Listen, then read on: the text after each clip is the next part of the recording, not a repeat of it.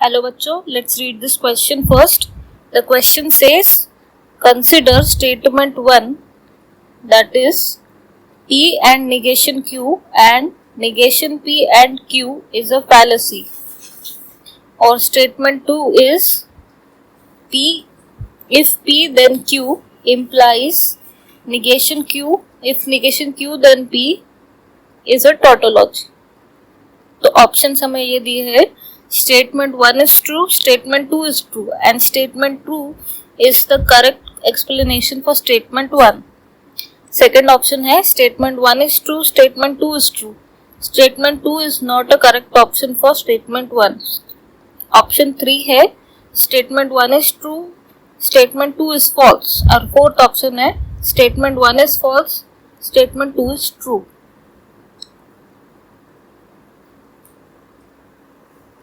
तो यहाँ पे हम पहले की कॉन्सेप्ट समझ लेते हैं. तो यहाँ पे दो वर्ड्स का यूज हुआ है कि फैलेसी और दूसरा टोटोलॉजी. तो फैलेसी कब होता है, is when the last column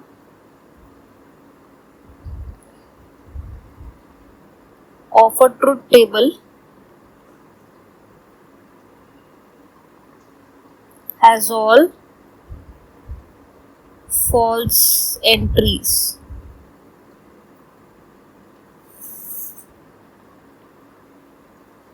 और टोटोलॉजी कब होता है, जब the last column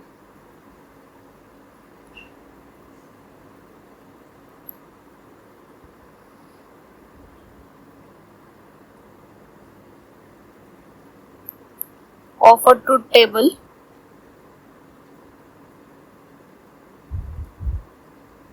has all true entries.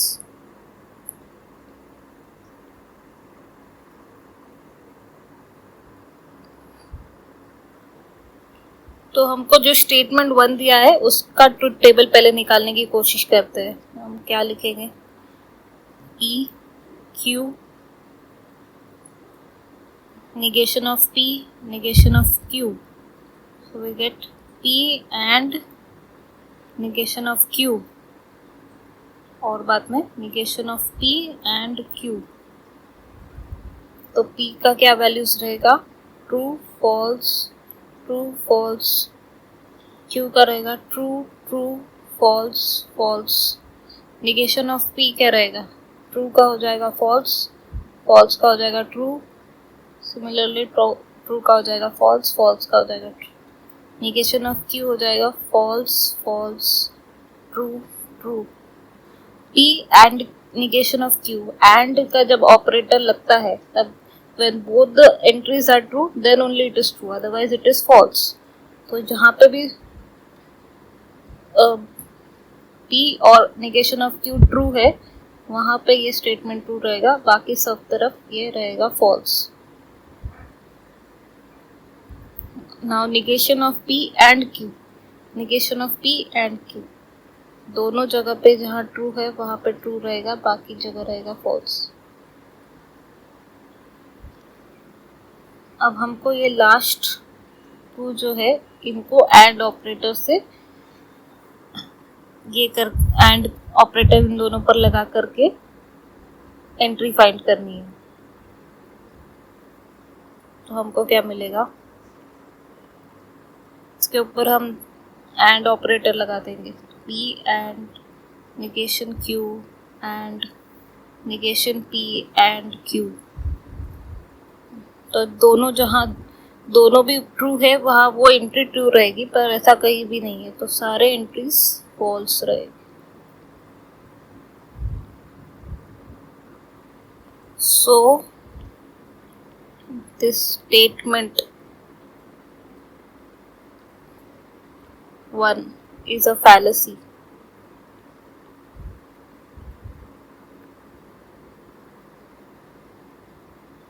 अब हमारा स्टेटमेंट 2 क्या है, if P then Q implies if negation Q then negation P. तो हम हमारे नेक्स्ट स्टेटमेंट का स्टेटमेंट 2 का ट्रूथ टेबल बनाएंगे. तो P की एंट्रीज, Q की एंट्रीज, नेगेशन P की एंट्रीज, नेगेशन Q की entries, P if P then Q की entries, if negation Q then negation P की एंट्रीज, और फाइनली दोनों पे हम इम्प्लाइज का ऑपरेटर लगाएंगे.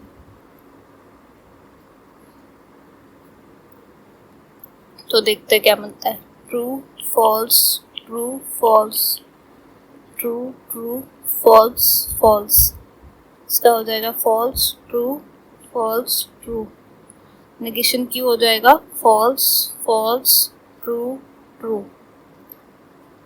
इफ पी देन क्यू क्या होगा, जहां भी पहले ट्रू है और बाद में फॉल्स है वो एंट्री फॉल्स रहेगी, बाकी सब ट्रू रहेगा.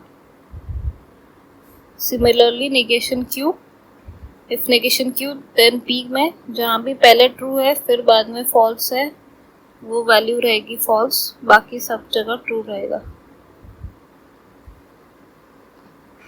अब इम्प्लाइज जब लगता है तो दोनों एंट्रीज जहाँ सेम रहेगी, दोनों ट्रू रहेंगे तो ट्रू रहेगा, दोनों फॉल्स रहेंगे तो ट्रू रहेगा. तो ये कॉलम हमारा सब में ट्रू एंट्रीज मिलेगी.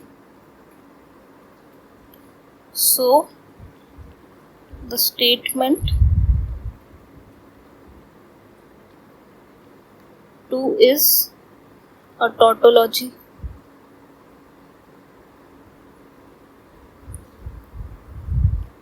तो बेसिकली स्टेटमेंट 1 भी ट्रू है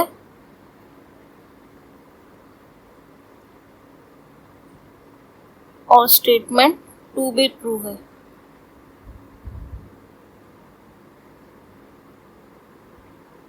तो हमारे ऑप्शन चेक करते हैं. तो statement 1 is true, statement 2 is true. Statement 2 is a correct explanation for statement 1. नहीं, दोनों स्टेटमेंट का आपस में कोई रिलेशन नहीं है, तो ये ऑप्शन नहीं हो सकता. Statement 1 is true, statement 2 is true. Statement 2 is not a correct explanation for statement 1. So this is the correct option. So the correct option is